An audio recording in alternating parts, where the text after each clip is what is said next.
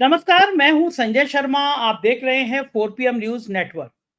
इधर किसी राज्य में चुनाव शुरू होते हैं, उधर तुरंत बिजली की तरह से उस राज्य का हिंदू खतरे में आ जाता है। आप इतिहास उठा के देख लीजिए, पन्ने पलट लीजिए। जिस राज्य में चुनाव हुए, सोशल मीडिया पे, व्हाट्सएप यूनिवर्सिटी पे शुरू हो जाता है कि साहब इस राज्य का हिंदू खतरे में है। कांग्रेस मुसलमानों का पक्ष लेती है। ये नेरेटिव एक तैयार होना शुरू हो जाता है। मेरी समझ में कभी नहीं आता कि 2014 से पहले देश का हिंदू कभी खतरे में नहीं था। 2014 के बाद अचानक इस देश में ऐसा कौन सा करंट लग गया कि हिंदू खतरे में आ गया। भाई, आपके सारे सेनाओं के अध्यक्ष हिंदू, सारे गवर्नर एक को छोड़ के सब हिंदू, राष्ट्रपति हिंदू, प्रधानमंत्री हिंदू, सारे मुख्यमंत्री हिंदू, सेनाओं के चीफ हिंदू। फिर हिंदू खतरे में क्या कहा जाता है? और फिर जब राज्यों में हालत पतली होती है तो फिर नारे दिए जाते हैं, कटोगे तो बटोगे। उल्टा बोल रहा हूं, बटोगे तो कटोगे। अब आप सोचिए, देश का सबसे बड़ा सूबा उत्तर प्रदेश, उनके मुख्यमंत्री नारे लगाते हैं, बटोगे तो कटोगे, और प्रधानमंत्री भी उनका अनुसरण करते हैं, बटोगे तो कटोगे। कारण क्या? सिर्फ महाराष्ट्र का चुनाव है, झारखंड का चुनाव है? और क्या महाराष्ट्र चुनाव से संकेत निकल के आ रहे हैं कि भारतीय जनता पार्टी और महायुति गठबंधन थोड़े हॉट वाटर में है? और अगर परेशानी में है तो क्या देश में यह माहौल पैदा करना जरूरी है कि बटोगे तो कटोगे? कौन नहीं जानता कि इन नारों के पीछे का उद्देश्य क्या है? कौन नहीं जानता कि प्रधानमंत्री और मुख्यमंत्री किसको ऐलान कर रहे हैं?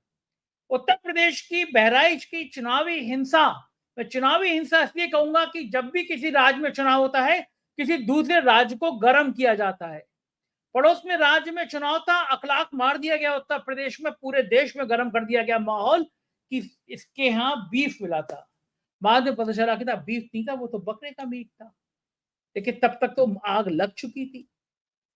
बहराइच के राम गोपाल मिश्रा की आंखें निकाल दी गई, नाखून काट दिए गए और जाने कितने घाव किए गए। इस तरह की सोशल मीडिया पे बाढ़ आ गई। नोएडा चैनल के एंकरियां खुश हो गए कि उनको मुद्दा मिल गया। राम गोपाल मिश्रा के लिए कहानियां बना दी गई। बाद में पता चला कि ऐसी तो कोई बात ही नहीं थी, लेकिन तब तक माहौल में आग लग चुकी थी। पूरी दुनिया, जिससे कल ये कहा जाता है कि भारत सबसे तेज बढ़ती हुई आर्थिक व्यवस्था है, हम 5 ट्रिलियन इकोनॉमी बनने जा रहे हैं, तो क्या दुनिया देख रही होगी ये वो भारत है जो 5 ट्रिलियन इकोनॉमी बनने जा रहा है? वहां के सबसे बड़े राज्य के सूबे के मुख्यमंत्री और प्रधानमंत्री नारे लगा रहे हैं, बटोगे तो कटोगे। क्या सोचती होगी दुनिया हमारे ऊपर? क्या समझती होगी दुनिया हमारे ऊपर कि हमारे देश का क्या अब स्तर यही बचा है कि जब चुनाव आएंगे तो नारे लगने लगेंगे, हिंदू खतरे में हैं? जब चुनाव आएंगे तो मुख्यमंत्री और प्रधानमंत्री बटने कटने की बात करने लगते होंगे? क्या यही है भारत? मुझे याद है पहले नारे लगते थे, एक तरफ से नारे लगता था हिंदू मुस्लिम सिख ईसाई, नेता मंच पे खड़े होकर कहता था, भीड़ चिल्लाती थी आपस में, है भाई भाई। अब नारे लगते हैं, बटोगे तो कटोगे। कौन काट रहा है, किसको काट रहा है और क्यों काट रहा है? काटते नेता हैं, काटते ये सरकारें हैं। और इसलिए काटने का अभियान करती हैं कि अगर आप काटने के जंजाल में नहीं फंसे तो इनकी कुर्सी इनसे खिसक जाएगी। मैं हमेशा कहता हूं, जरा ट्रैक रिकॉर्ड उखाड़ के देखिए, ट्रैक रिकॉर्ड निकाल के देखिए। जो ये नेता आपको कहते हैं बटोगे तो कटोगे, या तो इनके बच्चे नहीं होते हैं, और जिन नेताओं के बच्चे होते हैं वो विदेश में पढ़ रहे होते हैं, वो विदेश में नौकरी कर रहे होते हैं, शान और शौकत की जिंदगी जी रहे होते हैं, और कोई राम गोपाल मिश्रा चढ़ के किसी दूसरे धर्म का झंडा उतार रहा होता है और किसी दूसरे धर्म का उन्मादी उसको गोली मार रहा होता है। नेताओं के बच्चे, अफसरों के बच्चे, ये सब बड़े सुकून में रहते हैं, इनकी सेहत पे कोई असर नहीं है। आपका बच्चा जिहादी बन जाए, आपका बच्चा धार्मिक बन जाए, आपका बच्चा उन्मादी बन जाए, इसकी पूरी प्लानिंग ये नेता करते हैं। तो क्या महाराष्ट्र और झारखंड के चुनाव में फिर से पिच तैयार की जा रही है? फिर से कहा जा रहा है बटोगे तो कटोगे? ये माहौल तैयार कर दो, देश को हिंदू मुसलमान में फिर फंसा दो। ये सारी बातें आप बेमानी है। अगर आपके मन मस्तिष्क दिमाग में ये बातें ये बैठ नहीं गई कि ये नेता आपका इस्तेमाल करते हैं, अगर आपके दिमाग में ये बातें नहीं आई कि ये नेताओं के इस इस्तेमाल को रोकना है, तो यकीन मानिए आप बहुत बड़ी गलती कर रहे हैं। आप बहुत गलत दिशा में जा रहे हैं, क्योंकि नेता आपको इसी तरह लड़ाते रहेंगे। खेल क्या है, इस खेल को समझिए। और इस खेल को समझने के लिए आज बहुत खास पैनल मेरे साथ है। मैं आपका परिचय कराता हूँ। मुंबई में बहुत सीनियर जर्नलिस्ट है सुबोध मिश्रा जी। तमाम बड़े अखबारों चैनलों में उन्होंने काम किया है, मेरे साथ जुड़ रहे हैं। मुंबई से इकबाल भाई मेरे साथ हैं, बहुत क्राइम की रिपोर्टिंग में बेताज बादशाह रहे हैं, मुंबई के बहुत शानदार रिपोर्टें करी हैं। राशिद जहीर बहुत अच्छे जर्नलिस्ट हैं, हम लोग क्या रोज शो करते हैं, बहुत स्टडी करके शो करते हैं। और मुंबई के स्थानीय संपादक मनीष कुमार जी हमारे साथ जुड़े हैं। शुरुआत राशिद भाई आपसे करूंगा। कहां ले जाएगी ये मजहब की चिंगारी, और कहां ले जाएंगे ये नेता जो ये डायलॉग बोलते हैं, बटोगे तो कटोगे? खेल क्या है इस नेता को जरा आज हमारे दर्शकों को समझाइए कि आखिर क्या बीजेपी डर गई है, महाराष्ट्र के चुनाव का खेल समझ आ रहा है, क्यों खेल कर रही है भाजपा ऐसी, बटोगे तो कटोगे? राशिद भाई। संजय सर, अगर ये मामला सिर्फ एक विशेष समुदाय के खिलाफ होता तो इस बात का तो दर्शकों को मैं एश्योरेंस दे देता कि चलिए इनकी राजनीति इसी बात पर डिपेंड है। लेकिन अगर देश के किसी भी हिस्से से आप शुरू करें, मणिपुर में अगर आप जाएं तो वहां कुकी और मैतोई को बांट कर रख दिया है। आप अगर अपने ही एरिया के आसपास की बात करें, उत्तर प्रदेश की, तो वहां यादव और गैर यादव के अंदर लकीरें खींच कर रख दी हैं। आप हरियाणा में अगर आप आ जाएंगे तो जाट और गैर जाट बनाकर रख दिया है। मतलब जहां भी ये जाते हैं वहां पर खाली हिंदू मुस्लिम का मामला नहीं है, वो तो इनके बुनियाद में, इनके मैनिफेस्टो में या इनके संकल्प पत्र में वो तो गुंथा हुआ है।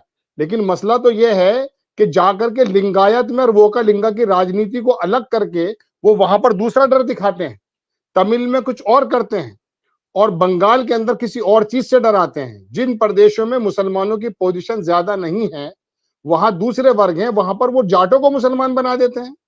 वहां पर वो कुकी और मैतोई को एक दूसरे के सामने मुसलमान, मुसलमान से मतलब यह है कि एक वर्ग का डर दिखा करके बाकी वर्गों को इकट्ठा कर लेना। हाल ही अगर हिंदू मुसलमान की बात होती तो आरएसएस की बुनियाद और बीजेपी की बुनियाद तो 80-20 और 85-15 की इनके सर्वे कह चुके हैं। उस बात को तो एक्सेप्ट कर लिया जाता। 15% मुसलमानों को दीवार से अगर लगाना तो लगाते रहिए, आपकी राजनीति करती रहेगी।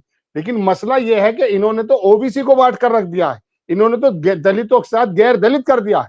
उत्तर प्रदेश में 19.5 से 20% जो है वोट वो दलितों का है, लेकिन 12-12.5% जाटव और बाकी गैर जाटव। आप उठाकर देखिए सीएसडीएस का तमाम डाटा, तो पता यह चलेगा कि दलित वोट जो है वो अगर मायावती पे जाता है तो गैर दलितों के अंदर इन्होंने हिंदुइज्म की अगर भावना भर देते तो अच्छा होता। हिंदुत्व की भावना भर करके उनको जिस तरह से अलग थलग किया है, वो मध्य प्रदेश में 12% मुसलमान, 7.5% मुसलमान, वहां ज्यादा चलता नहीं है। राजस्थान के अंदर मुसलमान तो विशेष समुदाय के लोग तो इनके सामने वाकई इनका एक टूल है। लेकिन तकलीफ तो इस बात की है कि हरियाणा में जाटों को मुसलमान बना देते हैं, पूर्वी उत्तर प्रदेश में यादवों को मुसलमान बना देते हैं, वहां कुकी को मुसलमान बना देते हैं। मुसलमान बनाने से मतलब विलन बना देते हैं। और फिर क्या करते हैं कि हैदराबाद में एक सम्मेलन करते हैं और कहते हैं कि नहीं, मुसलमानों को भी बांट दो, इनके अंदर अशराफिया और पसमानदा अलग अलग कर दो। इनके ऊपर हुकूमत करने वाले 2-4% जो अशराफिया लोग हैं जिनको ओबीसी में नहीं आते, वो जनरल क्लास में आते हैं, इनको बांट दो। और एक बात तो मैं और बता दूं अपने दर्शकों को संजय सर, कि अगर उत्तर प्रदेश के किसी थाने में अगर आप जाएं तो आपको वहां महिला सेल मिलेगी, और महिला सेल के अंदर जो बैठा हुआ एसआई है उसको खास निर्देश है कि जब कभी मुस्लिम परिवार का कोई मसला तेरे सामने आएगा तो उस समय तू महिला का पक्ष लेगा, ताकि ये पारिवारिक लड़ाई उनकी जो है बीच में दीवार बन जाए। आज मुस्लिम महिलाओं की वोट हासिल करने के लिए खाली मध्य प्रदेश के अंदर लाडली बहन योजना नहीं चलाई जाती, खाली महाराष्ट्र के अंदर लड़की बहन योजना नहीं चलाई जाती है, वहां महिला सेल के अंदर यह बाकायदा निर्देशित किया जाता है। हमारे पास बहुत सारे सूत्र हैं, हमारे सामने बातें आती हैं। जब मुस्लिम महिला थाने में चली जाती है तो यह बताया जाता है संजय सर कि इनके बीच में इस तरह की खाई बताओ कि इनको यह बताओ कि तुम्हारे सिर्फ और सिर्फ सर्वे सर्वा भारतीय जनता पार्टी के लोग हैं। तो कितनी लंबी प्लानिंग है। 1925 के अंदर इनका जो प्लान था शुद्धिकरण का, उसका कितना रूप बदल गया है। और कितने लोग, देखिए पंजाब में चले जाइए, इनको गैर की तरह देखा जाता है, पंजाब में इनको घुसने नहीं दिया जाता। तमिलनाडु, पूरे नॉर्थ पूर्वोत्तर के जो राज्य, एक आध को अगर छोड़ दिया जाए, यही हालत है। अगर ममता बनर्जी बंगाल के अंदर अंदरूनी और बाहरी की लड़ाई नहीं लड़ती तो आप यकीन मानिए बंगाल के अंदर भी इन्होंने दो वर्ग पैदा कर दिए थे। आतंकवादी कोई भी हो, भ्रष्टाचारी कोई भी हो, पाकिस्तान हो, लेकिन ये तमाम के तमाम मसले ला करके जोड़ के जो जाते हैं। अब एक बात बताइए, योगी आदित्यनाथ महाराष्ट्र में गए, वहां जाकर के उन्होंने जो बयान दिया पूरा देश सुन रहा है। आप शुरू करते हैं बंगाली और घुसपैठियों से, आप शुरू करते हैं पाकिस्तानियों से, लेकिन आपका जो इशारा होता है देश के उस खास करके वर्ग पर होता है, ताकि आप दूसरे वर्ग के अंदर नफरत की चिंगारी बढ़ाकर उसको बढ़ा दें। अरे वोट ले लीजिए, आपके पास तो बहुत सारे तंत्र हैं, आपको तो विभाग, अभी एक मंत्री का मैंने इंटरव्यू किया संजय सर, वो ये कहता है कि आप जानते हैं जो सत्ता में होता है वही उस चुनाव जीतता है।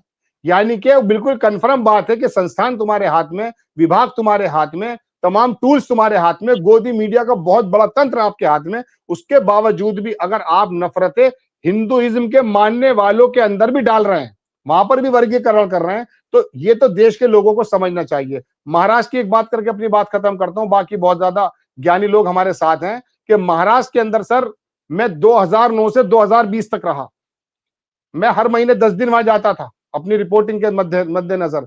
वहां संजय सर मैं आपको सच कह रहा हूं, मैं कई बार अपने प्रोग्राम में बता चुका कि 10 बरस में मैंने वहां पर किसी दो आदमियों की लड़ाई गुत्थम गुत्था नहीं देखी। इतने सहनशीलता वाले लोग, इतने शानदार लोग, 3 करोड़ 2 करोड़ 1.5 करोड़ लोग रोजाना ट्रेनों से उतर जाते हैं, 10 सेकंड में 10 सेकंड में चढ़ जाते हैं। उत्तर प्रदेश में ये व्यवस्था करके तो देखिए। ऐसे सहनशीलता वाले लोगों के बीच में आप बिस्वा को, आप योगी आदित्यनाथ को क्यों बुला रहे हैं? आपके स्टार कैंपेनर है तो बना दीजिए प्रधानमंत्री, फिर आग क्यों लगती है आपके? आपको जब नफरत फैलानी है तो आप जो है झारखंड में भेजेंगे बिस्वा को, आपको जब नफरत फैलानी है तो योगी आदित्यनाथ को भेजेंगे वहां पर तो एक अंदरूनी और बाहरी का एक नारा लग चुका है जो उद्धव ठाकरे ने चला दिया है।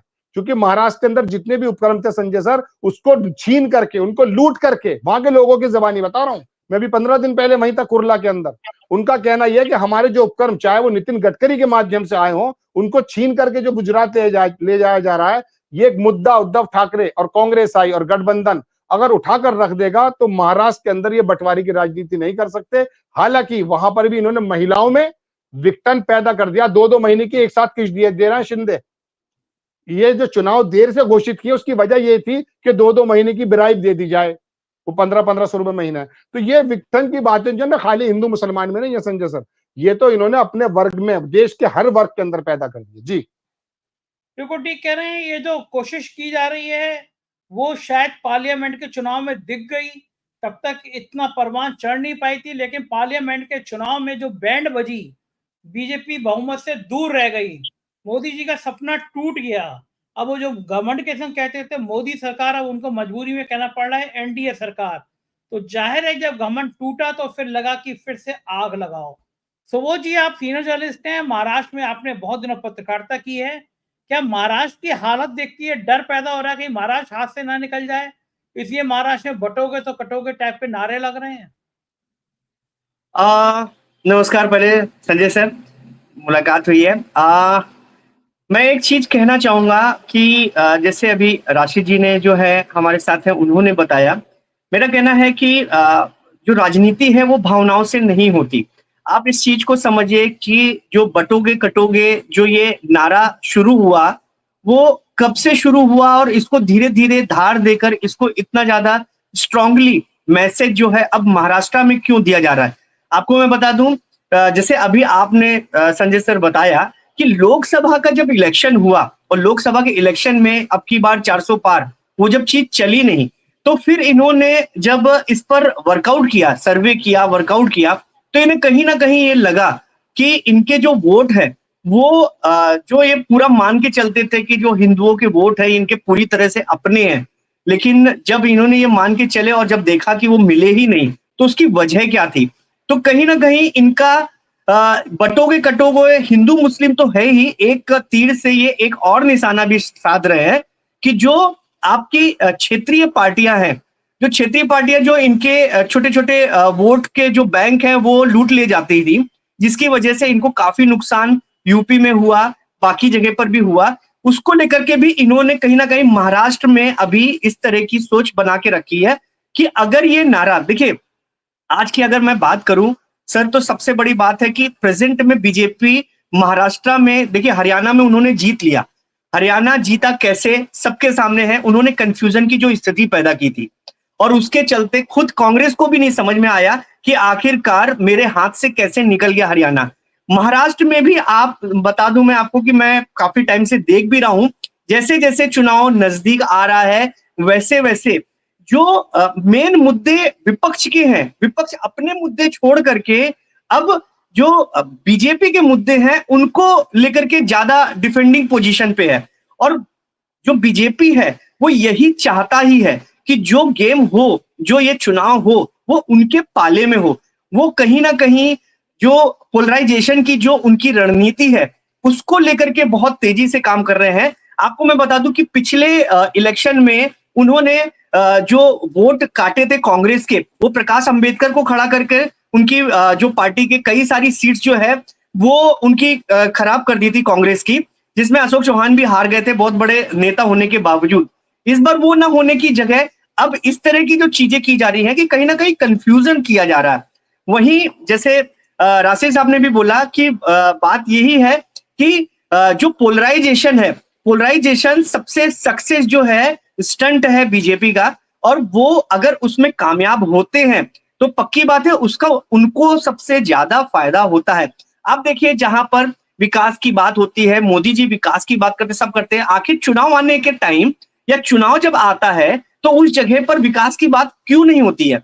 आखिरकार इस तरह की बातें क्यों होती हैं? क्योंकि ये बहुत ही भावनात्मक बातें, इमोशनल बातें हैं। इससे जो वोटर जो होता है, जो नाराज भी है, इनके विकास को लेकर के नाराज है कि भाई विकास नहीं हुआ या किसी भी चीज पे नाराज है, वो एक होकर के वोटिंग करता है। तो उनको ये पता है कि कहां पर डिवाइड एंड रूल करना है, कहां पे पोलराइजेशन का फायदा लेना है, कहां पर ये नारे, इस नारे को लेकर के कहां पर ज्यादा से ज्यादा बात करनी है। आप ये समझिए इस नारे को लेकर गिरिराज सिंह ने बिहार में रैली की, उसका कहीं ना कहीं झारखंड को भी फायदा लेने की वो पोजीशन है। बांग्लादेश के जो मसले हुए, बांग्लादेश में जिस तरह से जो घटनाएं देखी गई, उस घटनाओं का यहाँ पर फायदा लेने की भी कोशिश की जा रही है। तो मेरा यही मानना है कि महाराष्ट्र में डर का तो नहीं है, लेकिन ये पक्की बात है कि पोलराइजेशन की तो काफी कोशिश की जा रही है। जी सर। छोटी कह रहे हैं कि पोलराइजेशन की बहुत ज्यादा कोशिश की जा रही है। इकबाल जी, क्या आप ये सहमत हैं कि महाराष्ट्र का चुनाव एक बड़ा कारण बन गया है जिसकी वजह से योगी मोदी सबको बंटने कटने और इस तरह के उन्मादी नारों की जरूरत पड़ रही है? उनको लग गया है कि महाराष्ट्र के लोग पूछेंगे कि छत्रपति शिवाजी की प्रतिमा गिरी तो गिरी कैसे? भगवान मानते हैं छत्रपति शिवाजी को महाराष्ट्र के लोग। महाराष्ट्र के मानुस पूछेंगे कि महाराष्ट्र के उद्योग धंधे गुजरात क्यों चले गए? क्या सब कुछ गुजरात है? फिर महाराष्ट्र में चुनाव का मतलब क्या है? इसलिए फिर बढ़िया बैठता है कि बटोगे, कटोगे, मारोगे, पीटोगे, इस तरह की उन्माद वाली लाइनें बीजी जाएं। इकबाल भाई, कितना बड़ा कारक है महाराष्ट्र में बीजेपी की स्थिति इस तरह की चीजें को फैलाने में, और उसके क्या नतीजे निकल सकते हैं? माइक अनम्यूट कर लीजिएगा इकबाल भाई, माइक अनम्यूट करके बोलिएगा।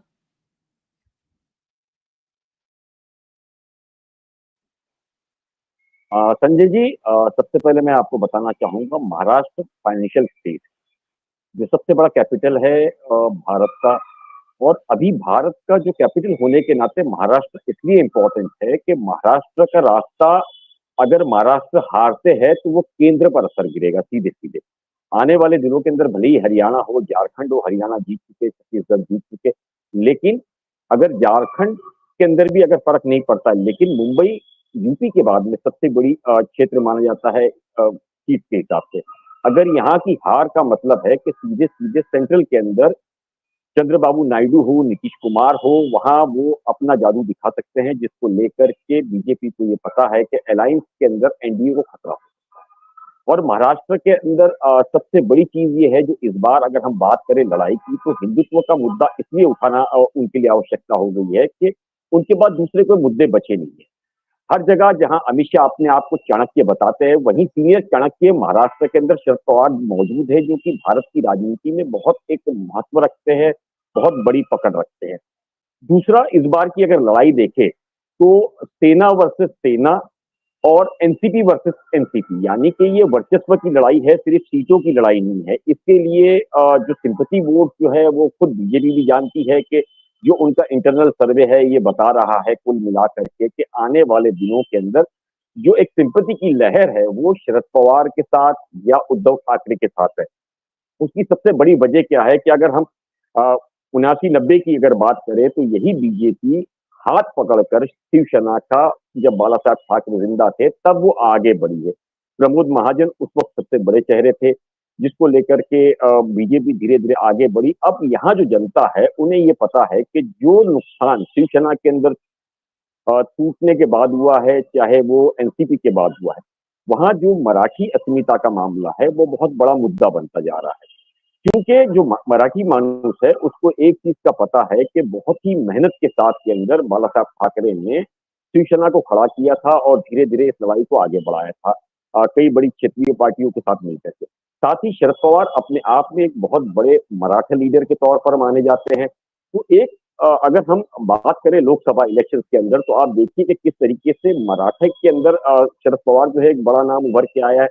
साथ ही उद्धव ठाकरे जिनकी 2.5 साल सरकार रही, उन 2.5 साल के कोरोना काल के अंदर जो उन्होंने एक बेहतरीन छवि, यानी कि मैं ये कह सकता हूँ कि उद्धव एक ऐसे मुख्यमंत्री महाराष्ट्र के रहे, और हाल फिलहाल का जो भी सर्वे आया है उसके अंदर भी सबसे नंबर 1 पर उद्धव ठाकरे की छवि गिनी जाती है।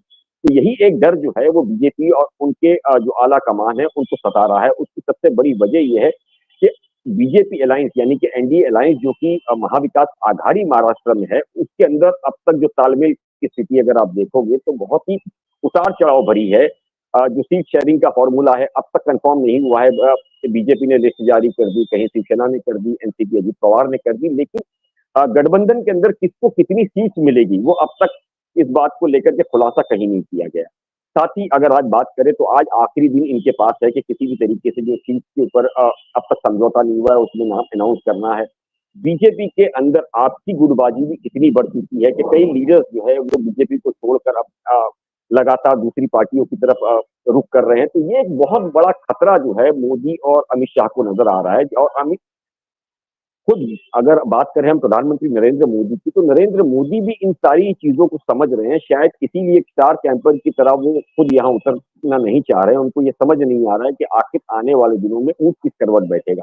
यही एक कारण है कि योगी आदित्यनाथ को जो है वो आगे उतारा गया है और इस तरह के नारे लगाए जा रहे हैं। अगर देखिए इस पूरे अगर हम महाराष्ट्र की पॉलिटिक्स की बात करें तो सबसे बड़ा क्षेत्र महाराष्ट्र के अंदर और बड़े नेता के तौर पर नितिन गडकरी माने जाते हैं। आप देखिए कि अब तक नितिन गडकरी कहीं भी इस इलेक्शन के अंदर कोई अहम चेहरे के तौर पर उन्होंने नहीं उतारा है, क्योंकि जो बीजेपी और यहाँ जो लड़ाई चल रही है वो ये है कि Gujarat lobby versus Maharashtra lobby. अगर गुजरात लॉबी किसी महाराष्ट्र लीडर को अगर कद बढ़ा देती है तो आने वाले दिनों के अंदर ये खतरा सेंट्रल में भी रहेगा। इन सारी चीजों को लेकर के वो नितिन गडकरी को भी सामने नहीं चेहरे के तौर पर लाना चाह रही है। तो ये जो लड़ाई धीरे धीरे करके आपसी जो आपस के अंदर भी उनके मतभेद है वो भी एक बहुत बड़ा खतरा है। साथ ही एकनाथ शिंदे जो है वो अपने आप को एज ए सीएम प्रेजेंट करना चाहते हैं। आरएसएस और मोहन भागवत जो है वो चाहते हैं कि किसी तरीके से फडणवीस एक सीएम चेहरा रहे। ये भी आपकी एक लड़ाई चल रही है। साथ ही अजित पवार जो है वो अपने आप को एक बड़ा लीडर मानने की मनवाने की कोशिश कर रहे हैं। तो अगर संजय जी पूरे महाराष्ट्र की इस वक्त हम राजनीति की बात करें तो विदर्भ से लेकर के जो 62 सीट है, मराठवाड़ा तकरीबन 46 सीट है, 106-108 सीट के अंदर लगातार ये लड़ाई है कि यहाँ सबसे बड़ा लीडर है, क्योंकि सेना के 2 धड़े हो गए हैं और इसके अंदर अब इस बार उद्धव ठाकरे जो है उनके भी अपनी वर्चस्व की लड़ाई है। अगर एकनाथ शिंदे कहीं मजबूत होते हैं तो उद्धव की राजनीति पूरी तरीके से खत्म हो जाती है। जो असल सेना थी उसका वजूद खत्म हो जाएगा। उसी तरीके से शरद पवार जो कि चाणक्य सीनियर चाणक्य माने जाते हैं, उनकी जूनियर चाणक्य से ये लड़ाई है। तो आज ये पूरी तरीके से महाराष्ट्र में ये माना जा रहा है कि सबके कद छोटा करने के लिए इन पार्टियों को तोड़ा गया है। जनता जो है वो धीरे धीरे करके अब पूरे महाराष्ट्र की अगर देखोगे ना तो इमोशंस पे ज्यादातर इलेक्शंस लड़े जाते हैं। तो इमोशंस के तौर पर जो मराठी मानुस हो, अल्पसंख्यक हो, वो सारे ही महाविकास आघाड़ी की तरफ धीरे धीरे करके उनका रुख हो रहा है। तो अब ये मुद्दा जो है वो सिर्फ एक ही बचता है कि बटोगे तो कटोगे, इसके अलावा कोई ऑप्शन इनके सामने नजर नहीं आ रहा है। शायद यही एक कारण है कि योगी आदित्यनाथ को, जो कि खुद अमित शाह हो या नरेंद्र मोदी हो, वो पसंद नहीं करते थे, लेकिन उन्हें इस बार उतारना पड़ रहा है क्योंकि दूसरी को लीडरशिप सामने नजर नहीं आ रही है। ये एक वजह है पूरे महाराष्ट्र की अगर आप राजनीति की देखोगे तो, जिनको लेकर के अब ये पीछे हट करके यहाँ चेहरा जो है योगी आदित्यनाथ का सामने कर रहे हैं संजय। बिल्कुल ठीक कहना है इकबाल भाई कि वैसे तो पसंद नहीं करते अमित शाह, मोदी दोनों, लेकिन उनको पता है कि माहौल गर्म करने के लिए योगी आदित्यनाथ से बड़ा चेहरा कोई है नहीं। मनीष जी, महाराष्ट्र की राजनीति क्या कहती है? अभी टीवी पे खबर फ्लैश हो रही थी कि उद्धव ठाकरे के एक प्रत्याशी ने चुनाव लड़ने से मना कर दिया। भाजपा में भी कम घमासान नहीं है। इकबाल भाई बता रहे हैं कि गडकरी अभी तक सामने नहीं आए हैं। तो क्या महाराष्ट्र के इन हालातों के लिए ही प्रधानमंत्री को कहना है कि अगर बटोगे तो कोई और महफिल सजाएगा? आपका क्या मानना है? माइक अनम्यूट कर लेना, माइक संजय माइक। जी बिल्कुल जी बिल्कुल संजय जी ये बात बिल्कुल सही है कि यूबीटी पक्ष की तरफ से एक नेता है, उन्होंने बोला है कि मैं जो है चुनाव चिन्ह जो है खासतौर से यूबीटी पक्ष का उस चुनाव चिन्ह पर जो है वो चुनाव नहीं लड़ना चाह रहा। जैसे ये एक उदाहरण है। एक मैं बताऊं, अभी गणेश जो बोरीवली से गोपाल शेट्टी है, उनकी भी नाराजगी की खबर अभी जस्ट 1 घंटे पहले आई है कि वो भी नाराज है जो सीट शेयरिंग हुई है उसको लेकर के। तो ये कुछ सीटें जो बची हुई हैं उसको लेके लगातार नाराजगी जो है वो चल रही है। और अब सिचुएशन ऐसी हो चुकी है संजय जी कि बहुत सारी सीटों पर ये जो खींचतान चल रही थी, जिसको सीट शेयरिंग के जो दिल्ली में बैठक हुई, महाराष्ट्र में बैठक हुई, तो फिलहाल कोई डिसीजन पे नहीं पहुंच पा रहे। तो अब ये जो अंदरूनी खींचतान थी, ये खार जो खाए हुए थे, अब ये तमाम चीजों को अब नया आप एक शब्द कह दीजिए फ्रेंडली फाइट। तो ये फ्रेंडली फाइट के रूप में अब नजर आने वाली है, क्योंकि एकनाथ शिंदे भी अपने कैंडिडेट्स के लिए वो सीट मांग रहे हैं, बीजेपी भी मांग रही है। अब ऐसे में होगा क्या, दोनों ही, क्योंकि हमने देखा कि आज नामांकन भरने का दिन था। नामांकन में हमने देखा कि कई दिग्गज जो है, चाहे वो अजीत पवार हो, चाहे बारामती से उन्होंने नामांकन भर दिया हो, या योगेंद्र पवार हो, उनके भतीजे। उसके बाद हमने कि आज सना मलिक जो है वो भी पहुंची थी।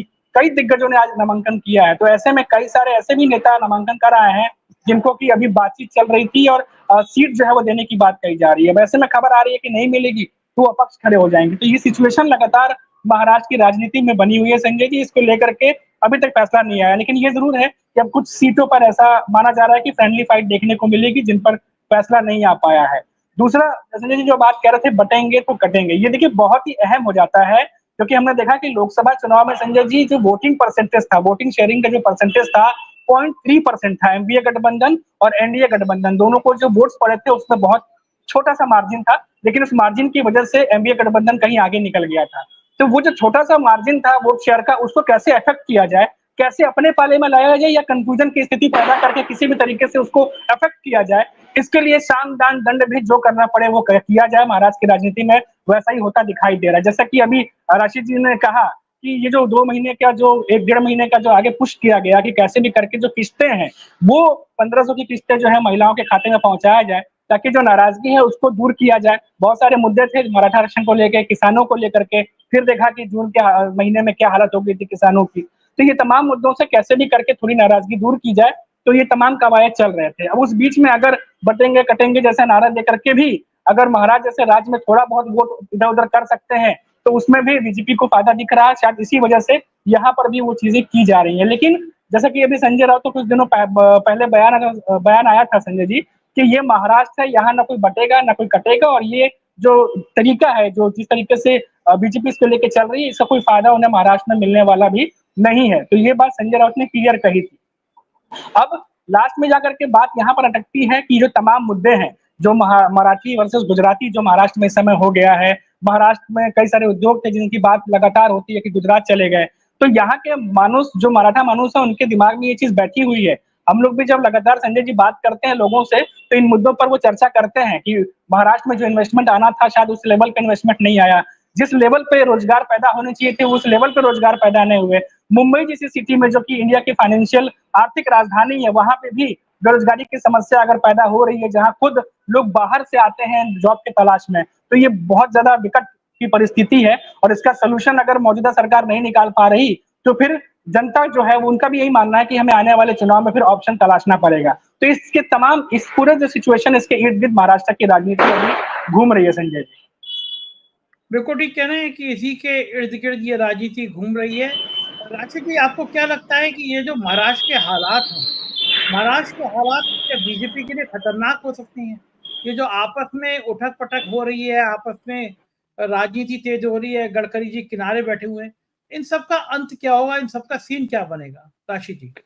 संजय सर, चूंकि समय की कमी है तो मैं 2 मिनट एक बात इसमें लेना चाहता हूं कि अगर हम महाराष्ट्र की राजनीति को जानना चाहते हैं तो मनीष भाई इसके अंदर आपको तो खूब मालूम है 46 सीटें ऐसी हैं जो मराठवाड़ा के अंतर्गत आती हैं। उन 46 सीटों के अंदर पिछली बार 28 सीटें जो बीजेपी के साथ शिवसेना का था उसने जीती थी।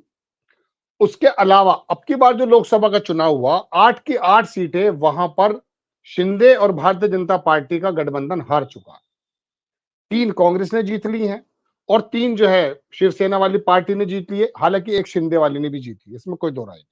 तो कहने का मतलब यह है दो मनीष सर कि मनीष भाई के इसके अंदर जो है ना मराठवाड़ा जो ये पहले इनका गढ़ हुआ करता था 46 में से 28 सीटें आती थी और लोकसभा के चुनाव के मद्देनजर आप इस बात का अंदाजा कर सकते हैं कि वो जो मराठा आरक्षण के नाम पर जो वहां पर एक हलचल है उसमें वो मनोज जरांगे के पाटिल नाम उनका क्या है आप जानते हैं, उन्होंने भी काफी ज्यादा आंदोलन कर रखे हैं। तो वहां तो इनकी कमजोर स्थिति है। लेकिन मैं एक ऐसा अनछुआ पहलू बताना चाहता हूं आपको कि 288 सीटों में हर एक सीट पर मनीष भाई दलितों का जो इसके अंदर कह सकता हूं कि जो कॉपरेशन है वो 15% के करीब है। 67 सीटें तो इसमें ऐसी हैं जो 15 से ज्यादा 18 या 20% हो जाता है। ये वाला जो वोट है मराठा वोट के अलावा, और मैं कह सकता हूं कि मुस्लिम वोट तो एक तरफ बिल्कुल क्लियर है, जो किसी जमाने में 12 था लेकिन अब 15 बताया जाता है, एग्जैक्टली तो 2011 का ही मान के चलते हैं। ये तीनों को जब वोट का जंग अगर मिल जाता है, इसके अंदर अगर प्रकाश आंबेडकर अपना रोल सही रखते हैं, दुरंगा व्यवहार नहीं करते हैं, जो कि उनके ऊपर मुझे शुरू से ही शक रहता है, मैं उस आदमी पे कभी भरोसा नहीं करता। वो आदमी पता नहीं किसका टूल है, आज तक पता ही नहीं चला। लेकिन इसमें भी कोई दो राय नहीं कि उसका थोड़ा सा वर्चस्व है अपने समाज में। ये 15% वोट जो है और कहीं कहीं 50, 60, 70, 67 वोटों पे 20 के करीब पहुंच जाता है। संविधान के मुद्दे पर अगर ये गठबंधन के करीब आ जाता है या सहानुभूति के मद्देनजर ये उद्धव ठाकरे के करीब आ जाता है, तो ये जो जितनी भी इनकी चालाकियां हैं ना जो महाराष्ट्र के अंदर चल रही हैं, वो 1500 रुपए पर मंथ की हो या ओबीसी वोटर को अपनी तरफ करने की हो या गुजराती वोटर तो आपको मालूम है उन्हीं का है, या थोड़ा सा मान लीजिए जो अपर क्लास समाज है वो भी भारतीय जनता पार्टी की तरफ जा सकता है, इसमें कोई दो राय नहीं है। और आरएसएस जो अपना काम कर रही है, ये दोनों के पक्ष मैंने आपके सामने रख दिए हैं कि चूंकि 200 बरस होने वाले हैं, उनकी जमीन है ये आरएसएस की, और वहां आरएसएस ने काम करना भी शुरू कर दिया, बल्कि अपना एक आदमी वहां भेज भी दिया। जिस तरह से हरियाणा में एक्टिव हो गए थे आरएसएस के कार्यकर्ता, इस तरह से महाराष्ट्र के अंदर भी वो एक्टिव हो गए हैं बहुत सारी जगहों पर। तो उन्होंने पूरा का पूरा, उन्होंने अभी हमारे सुबोध भाई ने बताया, फाइनेंशियल कैपिटल मुंबई को महाराष्ट्र को ये दोनों ही नहीं खोना चाहते। गठबंधन कांग्रेस को भी बहुत ज्यादा जरूरत है मुंबई की, महाराष्ट्र की, और भारतीय जनता पार्टी को भी बहुत ज्यादा जरूरत है। लेकिन ये जो दो समीकरण मैंने आपके सामने रखे हैं, अगर इस समीकरण को पाने में कामयाब हो जाता है इंडिया गठबंधन या यूबीटी या शिवसेना वगैरह जो मैंने आपको बताया, तो उनकी एक अच्छी मार्जिन जीत आ सकती है, बशर्ते वो अंदरूनी और बाहरी का खेल बढ़िया करके खेलना है। एक बात। दूसरी बात यह है, इधर जो इनके तमाम के हथकंडे हैं उसको भी नजरअंदाज नहीं किया जा सकता। जैसा कि मैंने अभी आपको बताया, जो गुजरात का वोट है, जो ओबीसी में जो उत्तरी भारतीय वोट है, वो भारतीय जनता पार्टी को पसंद करता है। ऊपर से ये बटोगे और कटोगे तमाम बातें करने लगे हैं। तो इन चीजों में मुझे लगता है कि फाइट जो है वो टक्कर की है, लेकिन उसके बावजूद भी उद्धव ठाकरे का 2.5 साल का कार्यकाल, अंदरूनी बाहरी की लड़ाई होने का अगर परसेप्शन वो बना देते हैं, तो मुझे लगता है कि महाराष्ट्र के अंदर एक अच्छी फाइट इंडिया गठबंधन देने वाला है। बस इनको एक काम ये करना है कि इनका जो मराठा वोट है, वो तो देखिए मान लीजिए ये 30% वोट माना जाता है, लगभग 52% वोट ओबीसी का कहा जाता है। इसके अंदर अगर उद्धव ठाकरे ने पूरी तरीके से इसको होल्ड कर लिया, शिंदे ज्यादा डेंट नहीं लगा पाए, और मुस्लिम वोट इनके पास है और दलित वोट के ऊपर इन्होंने कंट्रोल कर लिया। क्योंकि ये देखिए इलेक्शन में चाहे कुछ भी करते रहिए, सीट वाइज हम बात करते रहेंगे, वहां का जो कैंडिडेट है ना महाराष्ट्र का, वो भी आधे दिमाग का ही रहता है। बहुत सारे ऐसे हैं, पता नहीं वक्त के मौके पे कहते हैं मैं लड़ना नहीं चाहता, कोई कह रहा मुझे सिंबल नहीं मिल रहा है, कांग्रेस का विधायक भी कह रहा है मैं लड़ना नहीं चाहता। तो फिर राजनीति काहे की कर रहे हो? राजनीतिक समझ ज्यादा नहीं है वहां के नेताओं में, जितनी यहाँ बिहार उत्तर प्रदेश में है, वहां के नेताओं में इतनी राजनीतिक समझ नहीं है। लेकिन अगर ये आला कमान के लोग, ये गठबंधन इस प्रकार से काम करते हैं जैसा कि मैं आपको बता रहा हूं, तो महाराष्ट्र में एक बहुत ही अच्छी विक्ट्री इंडिया गठबंधन के पक्ष में आ सकती है। जी जी बिल्कुल राशिद जी, बहुत बड़ी बात कही आपने। अब सुबोध जी, ये भी आपसे जानना चाहेंगे, जैसा कि राशिद जी कह रहे थे, ये जो यूपी में जो लोकसभा चुनाव में झटका मिला, उम्मीद नहीं थी बीजेपी को। फिर महाराष्ट्र में भी हमने देखा कि वहाँ यहाँ भी उन्हें झटका मिला। तो ये नाक की लड़ाई बना ली है और अब जीतने के लिए कुछ भी करेंगे, वो वाली स्थिति तो नहीं आ गई है। क्योंकि जैसा कि राशि जी ने कहा और कई जानकारियां मान रहे हैं कि महाराष्ट्र किसी भी कीमत पर बीजेपी खोना नहीं चाह रही, और वो भी दूध का जला छाछ फूंक के पीता है, वो वही कहावत है। यूपी में भी उन्हें झटका लगा, लोकसभा चुनाव में भी और महाराष्ट्र में भी लगा, और उसके बाद अब जो तैयारी दिख रही है वही स्थिति तो नहीं आई भाई, कुछ भी करेंगे लेकिन जीतेंगे। अनम्यूट कर लीजिए सुबोध जी। हाँ, मनीष, कैसा है ना कि मैं आपको बताऊं कि आप देखिए पिछले जो 10 साल से जो रिकॉर्ड है, खासतौर से बीजेपी का जो चुनाव लड़ने का तरीका है और ना हारने की जो जिद है, वो साफ दिखती है। अभी आपने जैसे बताया कि महाराष्ट्र बहुत इंपॉर्टेंट है। महाराष्ट्र सिर्फ इसलिए नहीं इंपॉर्टेंट है कि मतलब 288 सीट्स है वो तो ठीक है, मुंबई है वो भी बात सही है। अभी मुंबई का बीएमसी इलेक्शन भी है आने वाले समय में, वो भी बहुत महत्वपूर्ण है, क्योंकि महाराष्ट्र को जीतना इनके लिए इसलिए भी जरूरी है कि बहुत सारे जो इनके जो स्कीम्स हैं, बहुत सारे जो प्लान हैं, बहुत सारे जो इंडिया लेवल के भी हैं और बाकी बहुत सारे इन्वेस्टमेंट है। कई सारी कंपनियों का महाराष्ट्र में इन्वेस्टमेंट भी है, भले ही कुछ इंडस्ट्रीज जो है गुजरात में गई है, लेकिन यहाँ पर भी इन्वेस्टमेंट है। अगर ये हारते हैं तो बहुत सारे जो समीकरण है वो खराब हो जाएंगे बीजेपी के। और सबसे बड़ी बात यह है कि पिछले जो 10 साल से जो काम करते आ रहे हैं, 10 साल से जो एक माहौल बनाया है महाराष्ट्र में, जो पैठ बना ली है बीजेपी ने, तो बीजेपी ये जानती है कि अगर इस बार अगर बीजेपी नहीं आई सरकार में तो वापस इसको खड़ा करना, वापस शुरू करना बिल्कुल वैसी हालत होगी कि 99 पे सांप सीढ़ी, जैसे स्नेक लेडर्स होता है, सांप सीढ़ी 99 पे काटे तो सीधे 1 पे आप आ जाते हो, वैसी वाली स्थिति बीजेपी की हो जाएगी अगर बीजेपी यहाँ नहीं जीतती। यही वजह है कि आपको मैं बताऊं कि यहाँ पर हर चीज दांव पे लगाई हुई है। आपको मैं बताऊं कि जितना खबरों में भी देखिए, खबरों में महाराष्ट्र की जितना शोर है, महाराष्ट्र के बारे में जितनी बात हो रही है, झारखंड का है उतना नहीं है, बात है लेकिन उतना नहीं है। दूसरा, जैसे रशीद भाई ने भी बोला कि यहाँ पर सबसे बड़ी बात यह है कि चुनाव दोनों पक्ष लड़ कैसे रहे। देखिए इंपॉर्टेंट होता है, गेम सेम है, दोनों के बीच में सेम वो चीजें हैं, लेकिन कौन लड़ कैसे रहा है। कई बार ऐसा भी होता है कि कमजोर पहलवान जो होता है वो सही मौके पे सही पैतरा मारता है और जीत जाता है। तो सबसे बड़ी बात यह है कि अगर विपक्ष को, खासतौर से कांग्रेस और उद्धव ठाकरे की पार्टी और शरद पवार जी को अगर यहाँ पे बेहतरीन करना है, तो जो अभी राशिद जी ने जो कैलकुलेशन बताया था वो बहुत बेहतरीन है, और शायद मुझे लगता है कि ये एक नजर में सबके सामने है और वाकई वो जेन्युइन है भी कि अगर ये लोग मिल जाते हैं तो इनको हराना मुश्किल है। लेकिन सबसे बड़ी बात है कि ये जो कैलकुलेशन है ये अभी भी सिर्फ कॉपी किताब में है। ये कैलकुलेशन क्या जमीनी हकीकत में बदलेगी, पहली चीज है।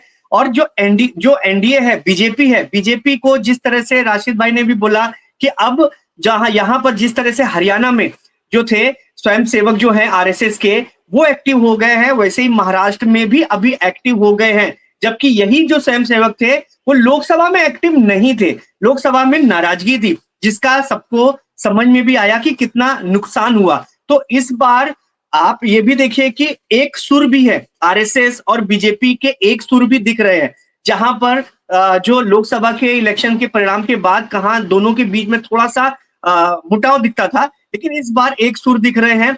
यहां पर सबसे बड़ी बात यह है कि क्या, देखिए बीजेपी तो अच्छा खेलेगी, ये मैं आपको बता दे रहा हूं बहुत अच्छे से, क्योंकि वो लोग बड़े ही प्रोफेशनल खिलाड़ी है राजनीति के।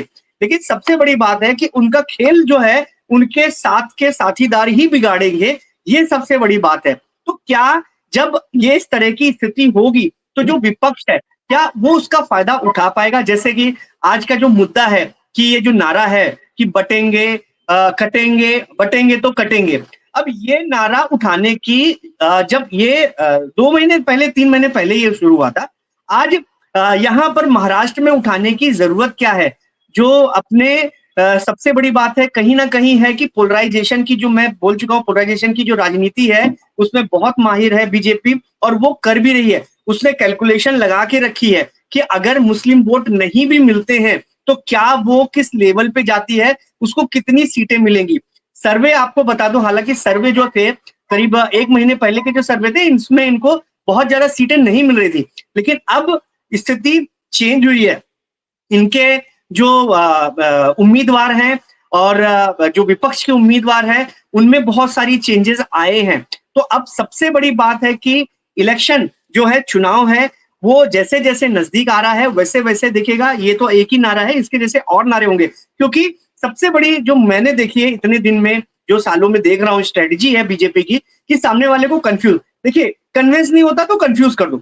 वोटर यहाँ पे कन्विंस नहीं है, उन्होंने ये देखा कि लोकसभा के इलेक्शन में वोटर कन्विंस उनकी बातों से नहीं हुआ, तो अब वो कंफ्यूज किया जा रहा है।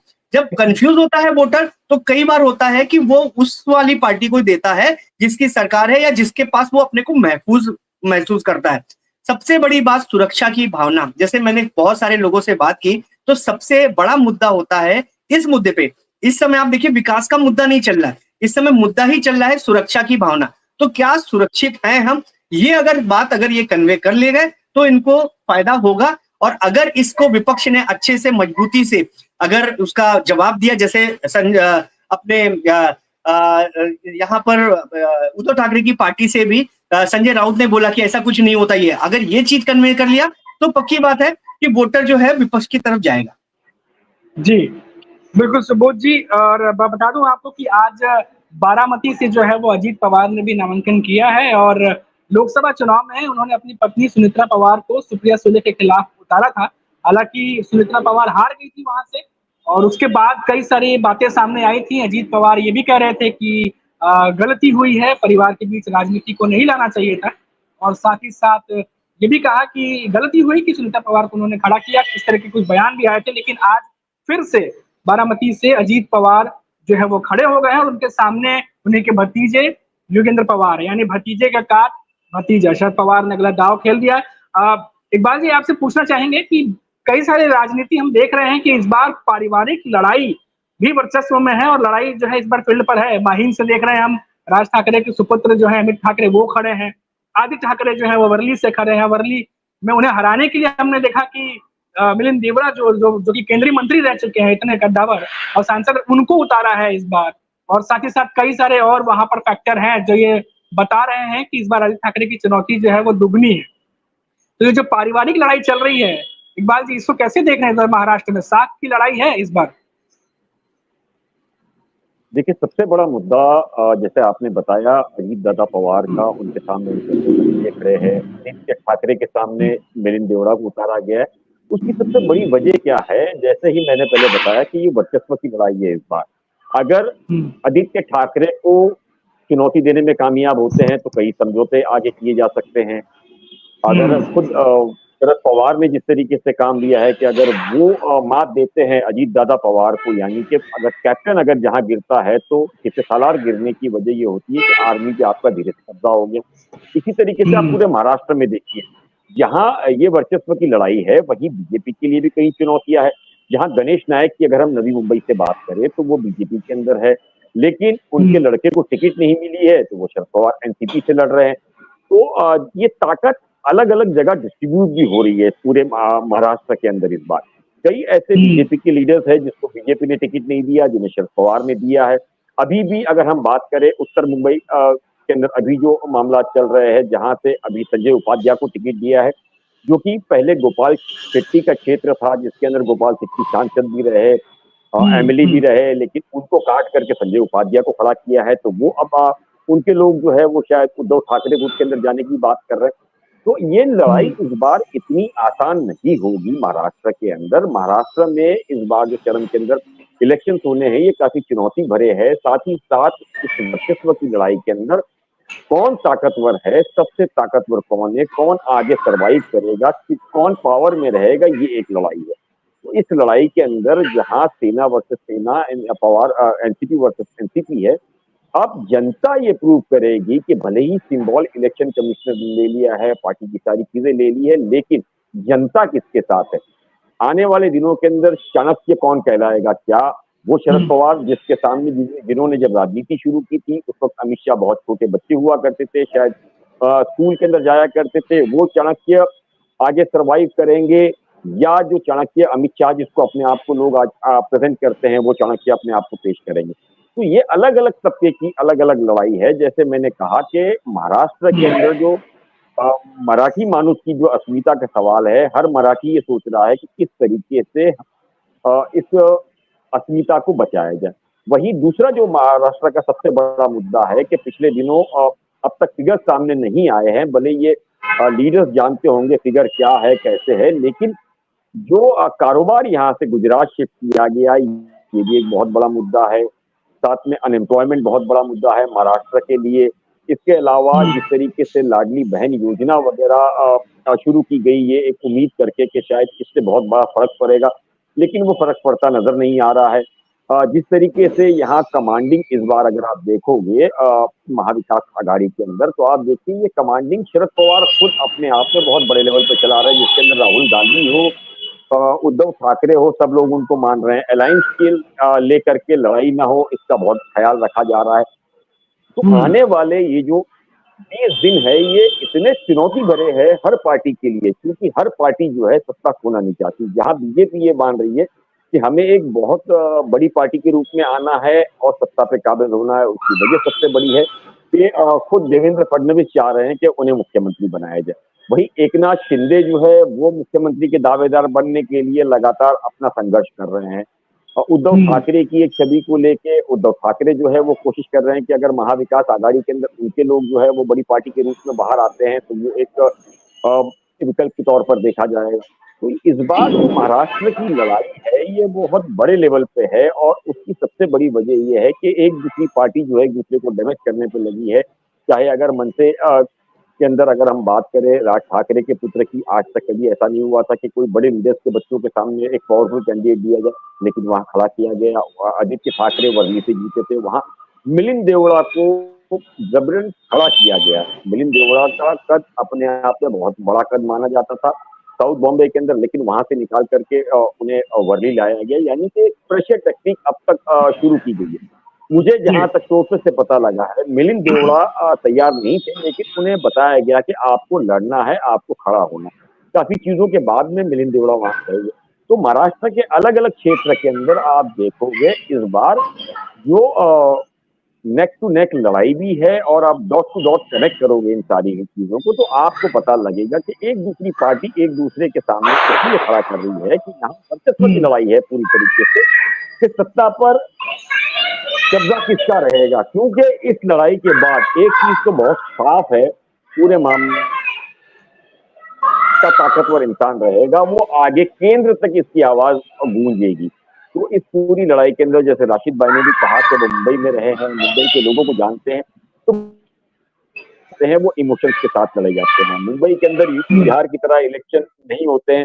पहली बार ये भी मुद्दा आया है, आपने देखा होगा कि कई बड़े नेता के बेटा बेटी इस तरह के जो परिवार के लोग हैं वो जेल भेजे गए। तो महाराष्ट्र में इससे पहले इस तरह की राजनीति कभी नहीं हुई थी, लेकिन 2014 के बाद में जिस तरीके से ये राजनीति ने धीरे धीरे करके अपने पैर पसारे हैं, जिसको लेकर के अब कई ऐसे बड़े दिग्गज नेता जो है इस चीजों को एक साथ मिलकर के खत्म करना चाहते हैं, और वो ये जानते हैं कि अगर महाराष्ट्र की जीत पक्की हो गई तो आप यकीन करिए कि इसका असर आपको कुछ ही दिनों के अंदर सीधे सेंट्रल में नजर आएगा। हो सकता है वहां गुजरात लॉबी जो है वो थोड़ी हिल जाए, क्योंकि अगर पिछले दिनों जिस तरीके से आपने देखा मोदी जी ने शपथ ली, ये होता है कि पार्टी की एक मीटिंग बुलाई जाती है, वहां नेता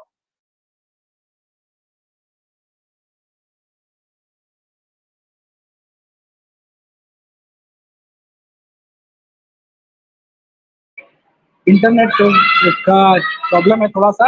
राशि जी आपके पास जाना चाहेंगे इकबाल जी, इससे पहले कि आए अपने जो जवाब है उसको कंप्लीट करें। हमने देखा कि अभी भी एनडीए में 28 सीटों पर करीब दर्शकों को बता दें कि 28 सीटों पर फैसला नहीं हो पाया है। वही एमवीए की बात करें तो 23 सीटें जो हैं अभी भी वो अधर में अटकी हैं, उस पर फैसला आना अभी बाकी है। राशि जी 2022 की हम बात करें तो जिस तरीके से एकनाथ शिंदे जब अपने 38 या 39 विधायकों के साथ जब बीजेपी के साथ आए थे, तो उन्हें सीएम पद ऑफर कर दिया गया था, और उसी तरीके से अजीत पर और सरकार बनाने के बाद जितना उनको चाहिए था विधायक, उतने विधायक थे बीजेपी के पास। फिर भी कोई ऐसी जरूरत नहीं थी कि शरद पवार के एनसीपी को भी तोड़ा जाए। उसके बावजूद भी शरद पवार की एनसीपी टूटी और अजीत पवार भी अपने 40-41 विधायकों के साथ में बीजेपी के साथ आके मिल गए। अब 2.5 साल की सरकार चलाने के बाद अब जब सीट शेयरिंग हो रही है तो ऐसा लग नहीं रहा कि वही इज्जत वापस बख्शी जा रही है जो इज्जत 2022 में बख्शी गई थी। ना ही उनकी मुंह मांगी सीट दी गई है और ना ही अब कोई ऐसे आसार नजर आ रहे हैं कि सीएम एकनाथ शिंदे जो है दोबारा सीएम बन पाए। चलिए मान लेते हैं कि महायुति अगर जीत भी जाती है तो भी उनके सीएम बनने के आसार नजर नहीं आ रहे। और जैसा कि रुझान बता रहे हैं, जो सर्वे बता रहे हैं, अगर उस हिसाब से चले और एमवी आती है तो वैसे भी उनका कोई जो है सीएम बनने के चांसेस नहीं है। तो ये लग तो ऐसा फिर से वापस तो नहीं हो गया कि जोड़ा वापस जब काम निकल गया तो फिर से जो है वो अपनी मनमानी पर आ गए। ये तो वही बात हो गई जो बाकी कई जगह पे एग्जाम्पल देखने को मिलता है। देखिए मनीष जी, उस वक्त जब ये लोग टूटे थे तब स्थितियां कुछ और थी और आज स्थितियां कुछ और हैं। पहले की बात अगर मैं आपसे करूं कि अजीत पवार को क्यों ले लिया था जब इनका गठबंधन पूरा था। दरअसल भारतीय जनता पार्टी सरकार बनाने से ज्यादा विपक्ष को बर्बाद और तबाह कर देना चाहती है। वो ये चाहते हैं कि किसी भी प्रकार से विपक्ष में कोई अपने पैरों पे खड़ा ना मिले, वरना कांग्रेस कितने बुरे हालात में थी। अभी तो हमें उनके 100 आकर के, पहले तो 40, 42, 45, 55 पे सरवाइव कर रहे थे, लेकिन उसके बावजूद भी कांग्रेस को भारत से खत्म करने का जो सपना उनका था, कांग्रेस मुक्त करने का जो सपना था, वो चाहते नहीं कि कोई भी खतरा हमारे सामने कभी रहे। और खाली विपक्ष में नहीं, भारतीय जनता पार्टी में अगर आप गौर करें मनीष भाई, सुबोध जी जानते होंगे, आप अगर छत्तीसगढ़ से चलें तो डॉक्टर रमन सिंह को खत्म कर दिया। आप अगर बिहार में आए बराबर में तो वहां मोदी जी थे, सुशील मोदी, उनको कभी साइड लाइन कर रखा था, तो देहांत हो गया उनका। आप मध्य प्रदेश में आ जाएं बराबर में तो पता चलेगा कि आपको वहां शिवराज का खत खत्म कर दिया। आप अगर महाराष्ट्र में आ जाएं तो महाराष्ट्र में फडणवीस के तो हालात दूसरे हो गए थे। वो कहने लगे थे केंद्र में मोदी और जो है इस तरह की बातें उन्होंने लगी थी, लेकिन उनको भी जो है साइड लाइन कर दिया गया। उनको सीएम की जगह डिप्टी सीएम बना दिया गया। नीचे को चले जाइए आप, वहां से राजस्थान आ जाइए, वहां वसुंधरा राजे जैसी नेता और कई के 9-9, 10-10 वहां पर केंद्रीय मिनिस्ट्री, उनको सबको साइड लाइन कर दिया गया। हरियाणा के अंदर आप देख सकते हैं कि वहां पर जो खट्टर थे उनकी सरकार ही बदल दी गई। मैं अगर आपको लेकर चलूं, एक योगी तो अटके हुए हैं, वो किसी नेता को नहीं चाहते कि सर खड़ा हो। जब वो अपने ही नहीं अपने अंदर नहीं चाहते तो वो फिर विपक्ष में कैसे वो कर सकते हैं। अब आ जाती है बात के इन लोगों की। देखिए, वो शिवसेना इतना मजबूत संगठन महाराष्ट्र में था या है कि इसको कोई उम्मीद नहीं कर सकता था कि इसको तोड़ा जा सकता है, लेकिन शिंदे के माध्यम से इन लोगों ने इस काम को करके दिखाया है। तो शिंदे को सीएम बनाने का उस समय मतलब ये था कि ये किसी भी तरीके से मराठा जो वोट है, जो मराठी वोट है, जो बिल्कुल बुनियाद है शिवसेना की, उसको तितर बितर कर दिया जाए। हम ओबीसी, उत्तरी भारतीय और गुजरातियों के बल पर और महिलाओं के बल पर सरकार बना लेंगे, इनको बांट देंगे। हकीकत में बटोगे कटोगे तो इनके लिए फायदा है। भाई एनसीपी इन्होंने बांट दी, शिवसेना इन्होंने बांट दी, कांग्रेस के नेता इन्होंने अपने पास ले लिए। बांटने का काम तो आप कर रहे हैं, विपक्ष को बांटते हैं आप और बाकी तमाम लोगों से कह रहे हैं हम इकट्ठे रहें। अब अजीत पवार को जिन्होंने भागते भूत की लंगोटी कह सकते हैं कि पकड़ी थी, उसकी वजह ये थी क्योंकि महाराष्ट्र की राजनीति और बिहार की राजनीति में मुझे कभी भरोसा नहीं रहता।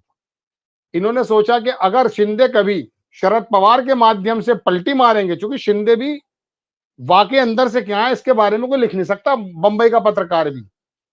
शिंदे के दिल में क्या है यार, दिमाग में क्या है, नीतीश कुमार जैसा ही आदमी मानकर चलिए उस आदमी को भी आप।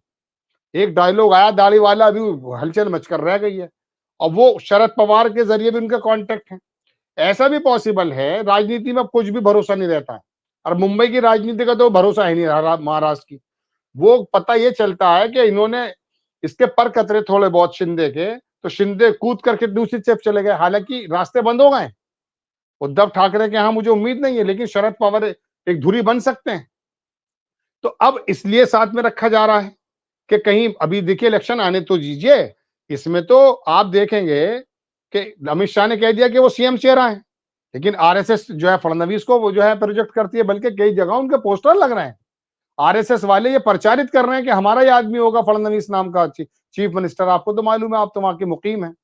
तो इनकी राजनीति जो है ना, देखिए हकीकत बात तो ये है कि अभी इलेक्शन हो जाने दीजिए, रिजल्ट आने दीजिए। असल खेला तो महाराष्ट्र के अंदर मनीष भाई रिजल्ट आने के बाद होगा।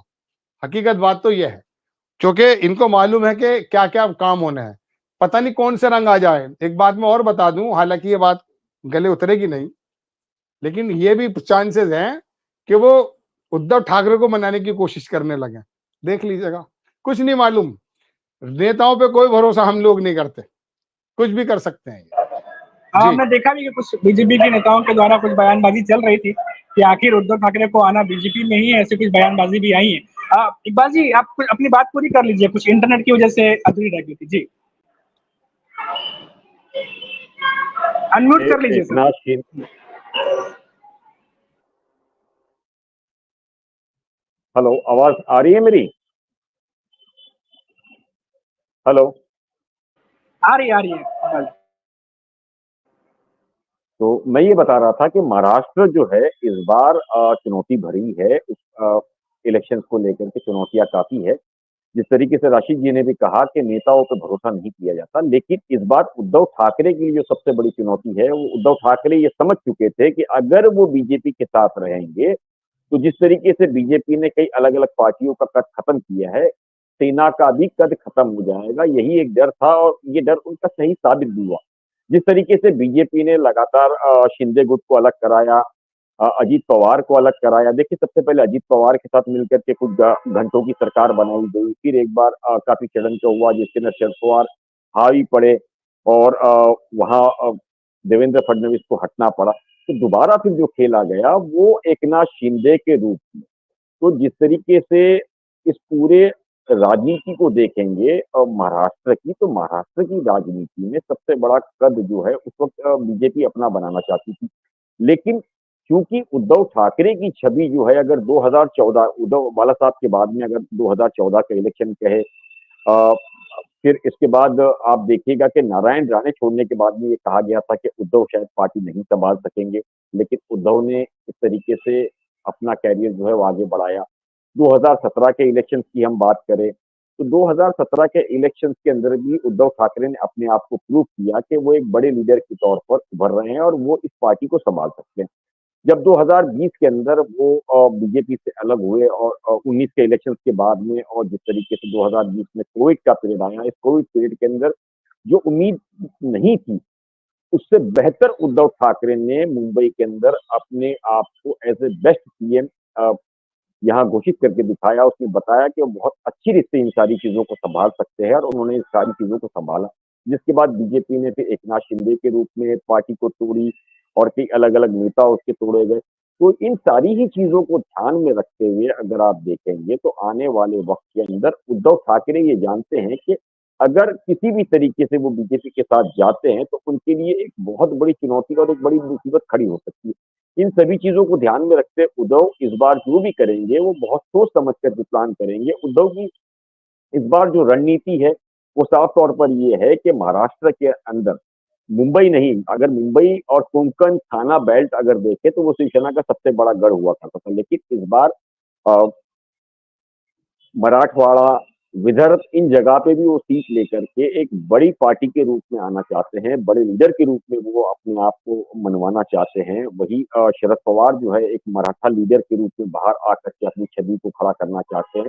कांग्रेस का भी अगर हम प्रदर्शन कर देखें, लोकसभा चुनाव के अंदर जिस तरीके से राहुल गांधी ने यात्रा निकाली, यात्रा के बाद उन्होंने जिस तरीके से कांग्रेस पार्टी को इतने ऊंचाई पर लाया है, तो इस बार उम्मीद ये है कि जो विकास आघाड़ी है वो अपने आप के अंदर कुछ बड़ा करेगी। लेकिन वहीं पर बीजेपी है, से एकनाथ शिंदे हो या एनसीपी अजीत पवार हो, इनमें जो गुटबाजी है वो एक बहुत बड़ा फैक्टर है, जिसको लेकर के ये माना जा रहा है कि आने वाले दिनों के अंदर इस तरीके के जो योगी जी को उतार करके कटोगे तो बटोगे, इस तरह के जो स्लोगन्स लगाए जा रहे हैं, उसकी वजह ये है कि इंटरनली एसटी एसटी जैसी जो जनता है वो भी धीरे धीरे करके उद्धव ठाकरे की तरफ या शरद पवार की तरफ जा रही है। तो इन सारी ही चीजों का जब सर्वे इनके पास आया है, वहीं पर आरएसएस की जो टीम है लगातार हरियाणा के बाद में मुंबई के अंदर एक्टिव कर दी गई है, डोर टू डोर प्रचार करने की कोशिश की जा रही है। लेकिन इसमें एक बड़ा फैक्टर आरएसएस की तरह शिवसेना उद्धव ठाकरे पार्टी का भी है। वो ये है कि जिस तरीके से आरएसएस का जमीनी बेस है, वही शिवसेना के पास हर क्षेत्र में अपनी शाखाएं बनी हुई है, तो शाखा जो है वो अपने आप में बहुत स्ट्रांग है, जो डोर टू डोर कैंपेन कर सकती है, जैसे आरएसएस करती है। तो जो लड़ाई है वो काफी टक्कर की और कांटे की रहेगी। इसकी वजह ये है कि उद्धव ठाकरे ये जानते हैं कि आरएसएस किस तरह काम करता है, बीजेपी की रणनीति क्या है, उसी को काट करते हुए शिवसेना उद्धव ठाकरे जो है, वो उसकी काट के तौर पर अपने शिव सैनिकों को तैयार कर रहे हैं और वो कोशिश कर रहे हैं कि जिस तरीके से आरएसएस अपने प्रचारक को डोर टू डोर भेजे, वहीं ये अपने शाखा के लोगों को भी डोर टू डोर भेज करके एक जीत को जो है वो दर्ज कराए अपने इस राज्य के अंदर। क्योंकि अगर सेना को ये पता है कि आने वाले दिनों के अंदर अगर उद्धव ठाकरे मुख्यमंत्री बनते हैं, तो ये बहुत बड़ी जीत उनके लिए होगी। इतने सालों की जो मेहनत है, वो बहुत कामयाबी के तौर पर उसे देखेंगे।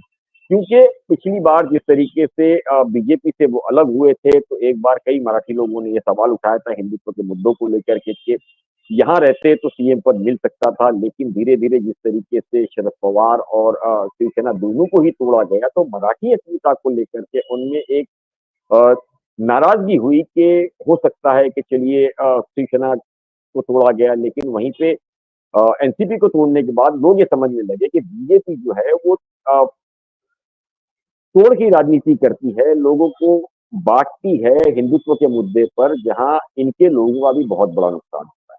वहीं राजनीति के अंदर जिस समझौता अक्लमंदी से उद्धव सेना ने काम किया है, तो आप देखोगे कि अल्पसंख्यक से लेकर के एससी, एसटी, ऐसी जो अ, महाराष्ट्र की जनता है वो उनके साथ जुड़ी है, तो वो इन सभी को देख करके अब वो एक जीत अपनी पक्की मान रही है। वहीं आरएसएस के अंदर लगातार ये स्वर उठते जा रहे हैं कि किसी भी तरीके से जीत हासिल करना है, लेकिन उसके अंदर मुख्यमंत्री जो है वो देवेंद्र फडणवीस है। तो ये भी एक बहुत बड़ा फैक्टर है जो आने वाले दिनों के अंदर डेंट दे सकता है, क्योंकि अपने आप को एकनाथ शिंदे जो है वो सीएम के तौर पर प्रेज़ेंट कर रहे हैं, क्योंकि उनका ये कहना है कि जो हमने लड़ाई लड़ी है वो सीएम पोजीशन के लिए लड़ी थी, इसीलिए उन्होंने अपने अंदर फूट डलवाई, आपसी झगड़े हुए, जिसके अंदर काफ़ी उनका नुकसान हुआ है। तो इन सारी ही चीज़ों को ध्यान में रखते महाराष्ट्र के अंदर एकनाथ शिंदे खुद अपने आप को जहाँ प्रेज़ेंट करना चाह रहे हैं मुख्यमंत्री, वहीं देवेंद्र फडणवीस एक बड़ी पार्टी के रूप में बाहर आकर के ये कोशिश करेगी कि वो मुख्यमंत्री बने। तो अब देखना ये है कि मराठवाड़ा और विदर्भ ये सबसे बड़ा एक्टिव रोल क्या निभाता है, किस पार्टी को कितने वोट देते हैं। वहीं मुंबई के अंदर जो सबसे अगर हम देखेंगे तो सेना जहाँ मजबूत है, वहाँ यहाँ बीजेपी और एकनाथ शिंदे कितना डेंट इसको पहुँचा सकती है। तो आने वाले दिनों के अंदर जो सबसे बड़ा इनको इंडिया अलायंस को डर है, वो ये है कि कांग्रेस के अंदर जो सीट्स बाँटी गई है, कांग्रेस ही कितना अपना एक्टिव रोल अदा करते हैं इस पूरे मामले के अंदर, क्योंकि कांग्रेस के जो कार्यकर्ता है उसके अंदर एक नाराजगी है। साथ में कुछ लोग ये भी कहते हैं कि बीजेपी के स्लीपर सेल जो है वो कांग्रेस के अंदर मौजूद है। वो लगातार इस पूरे मामले के अंदर कभी भी कांग्रेसी लोगों को जो बड़े लीडर्स है उसके सामने ऐसी टिकट बाँटी गई है जो कि कमज़ोर कैंडिडेट है। तो इन सभी का भी कितना बड़ा प्रभाव पड़ता है, ये कुछ दिनों के अंदर साफ हो जाएगा। कल आखिरी दिन है नामांकन भरने का। तो जहाँ ये आखिरी दिन के अंदर जिस तरीके से एक बार लिस्ट फाइनल होती है, उसके बाद बहुत हद तक ये छँटना शुरू हो जाएगा कि किसकी कितनी सीट्स आएगी, कौन राज करेगा। तो ये 3 से 4 दिनों के अंदर आपको अंदाज़ा लग जाएगा कि इस पूरे राज्य के अंदर सबसे बड़ी जीत हासिल करने वाली कौन-सी पार्टी होगी। लेकिन इस बार वर्चस्व की लड़ाई ये ज़रूर है, क्योंकि मैंने आपको बताया कि महाराष्ट्र का रास्ता सीधे सेंट्रल को पहुँचेगा। महाराष्ट्र अगर हारते हैं तो सीधे असर उसका उनके अलायंस पार्टी पर सेंट्रल में पड़ेगा और इस सेंट्रल के अंदर अलायंस अपनी कई शर्तें रख सकती है, जिसको लेकर के गुजरात फैक्टर्स को काफ़ी बड़ा फ़र्क पड़ सकता है। तो ये भी एक लड़ाई है। दूसरी महाराष्ट्र के अंदर क्योंकि आरएसएस का गढ़ है, तो गढ़ ये चाह रहा है कि गुजरात फैक्टर न चाहते हुए हटे और नितिन गडकरी जैसे महाराष्ट्र के अंदर फडणवीस को आगे करना चाह रहे हैं, वही उसी तरीके से नितिन गडकरी को वो सेंट्रल में लाना चाह रहे हैं। तो ये भी एक लड़ाई है जिसको लेकर के गुजरात लॉबी जो है वो नहीं चाह रही है किसी भी तरीके से महाराष्ट्र में उनकी हार हो और महाराष्ट्र उनके हाथ से चला जाए। और यही चीज़ें महाराष्ट्र की जनता भी जानती है कि अगर गुजरात फैक्टर यहाँ मौजूद रहा तो आने वाले दिनों में ऐसी कई बड़ी कंपनियाँ जो है वो गुजरात की तरफ जा सकती है, जिसका असर सीधे-सीधे महाराष्ट्र की जनता पर पड़ सकता है। तो अब लगातार 24 घंटे के अंदर ये साफ हो जाएगा कि कौन पार्टी जो है कौन सी पार्टी जो है उसने किस कैंडिडेट को दिया है। उसके बाद में ऐसे कई अलग अलग पार्टियों के कौन कौन लोग जो है वो कूट करके किस पार्टियों को समर्थन करते हैं। तो ये आसान नहीं होगा इस बार किसी भी पार्टी को लेकर के। जिसकी रणनीति और जिसकी जमीनी पकड़ बहुत अच्छी रीत से रहेगी आने वाले ये 20 दिनों के अंदर, वो बाजी मारेगा मनीष। बिल्कुल, बहुत ही विस्तार से इकबाल जी आपने बताया महाराष्ट्र की परिदृश्य परिस्थिति किस तरीके से बनी हुई है और क्यों पार्टियों को ये चुनाव जीतना अहम हो गया है, क्योंकि जिस तरह की परिस्थिति यहाँ पे बनी हुई है और समय का थोड़ा-सा अभाव है हमारे पास। बहुत-बहुत धन्यवाद इकबाल जी आपका समय निकाल के आने के लिए। सुबोध जी बहुत-बहुत धन्यवाद हमारे साथ जुड़ने के लिए हमारे शो में, आपका समय निकाल के हमारे साथ आए।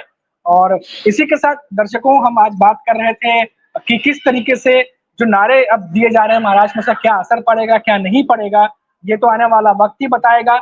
और जिस तरीके की जो भी घटनाएं 2022 में घटी हैं, उससे सबक लेते हुए चाहे एमवीए गठबंधन हो, चाहे एनडीए गठबंधन हो, दोनों ही गठबंधन जो है अपनी-अपनी तैयारी करके रखे हुए हैं। और हमारे जितने भी मेहमान हमारे साथ जुड़े थे, सीनियर जर्नलिस्ट जुड़े थे, एक्सपर्ट्स जुड़े थे, वो अपनी-अपनी प्रतिक्रिया महाराष्ट्र की जो परिस्थितियां अभी इस समय बनी हुई है, किस तरीके की बनी हुई है, उस पर हम चर्चा कर रहे थे। तो दोस्तों अभी के लिए फिलहाल इतना ही, फिर लौटेंगे तो बात करेंगे महाराष्ट्र की किसी बड़ी खबर पर। तब तक आप देखते रहिए 4 PM और मुझे इजाजत दीजिए। नमस्कार।